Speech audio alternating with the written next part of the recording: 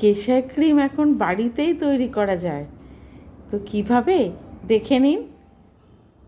চাটু একটা হালকাভাবে গরম করে নিয়ে তাতে এই যে একটা কেশর, বাড়িতে যে কেশর আমরা ইউজ করি রান্নায়, কিন্তু কেশরটা যেন উন্নত মানের হয়। তো আমি কেশর নিয়ে নিয়েছি, খুব সামান্য 1 পিঞ্চ মতন কেশর এই ক্রিম তৈরি করতে লাগবে। প্রথমে চাটুটা হালকাভাবে গরম করে নিয়েছি।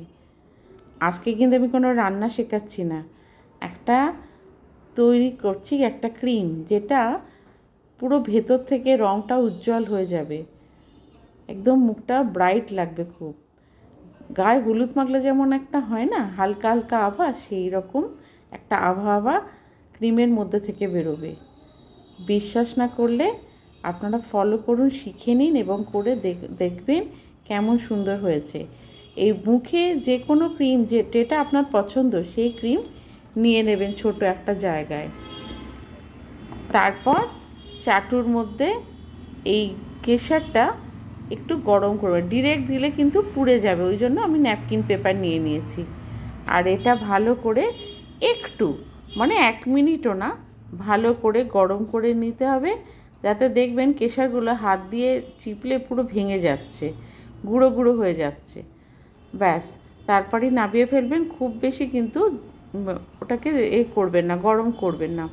এরপর আমি আমার পছন্দ মতো ক্রিম, যেটা আমি ইউজ করি, সেটা নিয়ে নিয়েছি।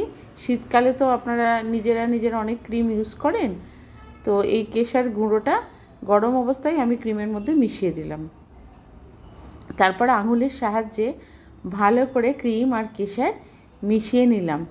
অদ্ভুত ম্যাজিকের মতন দেখবেন ক্রিমটা ধবধবে সাদা থেকে কিভাবে আস্তে আস্তে হলুদ হয়ে যাচ্ছে। এবং এখন তো হালকা হলুদ হচ্ছে, আপনারা যখনই মাখবেন একবার করে মিশিয়ে নেবেন, দেখবেন একদম বাসন্তী হলুদ, যে কি সুন্দর কালার হচ্ছে ভাবতে পারবেন না। দেখুন আস্তে আস্তে কেমন রঙটা ফিরে যাচ্ছে, তাই না? আর এটা যখন মুখে বেরোবেন, মুখটা লাগবে ভীষণ উজ্জ্বল।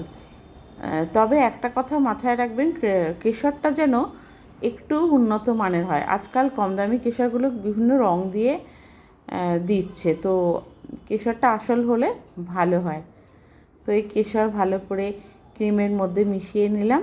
এবার দেখুন আস্তে আস্তে যত ঘাঁটছি ওই কেশরগুলো ভেঙে টুকরো টুকরো হয়ে যাচ্ছে আর ক্রিমের মধ্যে মিশে আছে, মানে কেশরের আসল যে কালারটা সেটা মিশে আছে। তো আমি মুখে না মেখে একটু হাতে মেখে দেখাচ্ছি। আস্তে আস্তে দেখবেন হাতটা কেমন পরিষ্কার উজ্জ্বল হয়ে যাচ্ছে। এটা 2-1 দিন যদি ক্রিমটা বানিয়ে রেখে দেওয়া হয়, তারপর মুখে মাখা হলে আর কিন্তু চেনা যাবে না। মুখটা সত্যি বলছি কিচ্ছু মাখার দরকার নেই, জল দিয়ে মুখ ধুয়ে তার মধ্যে এই কেশর ক্রিমটা একটু হালকা লাগিয়ে দেখবেন সঙ্গে সঙ্গে মুখটা যেন একটা উজ্জ্বল হালকা হলুদের আভা মতো লাগছে।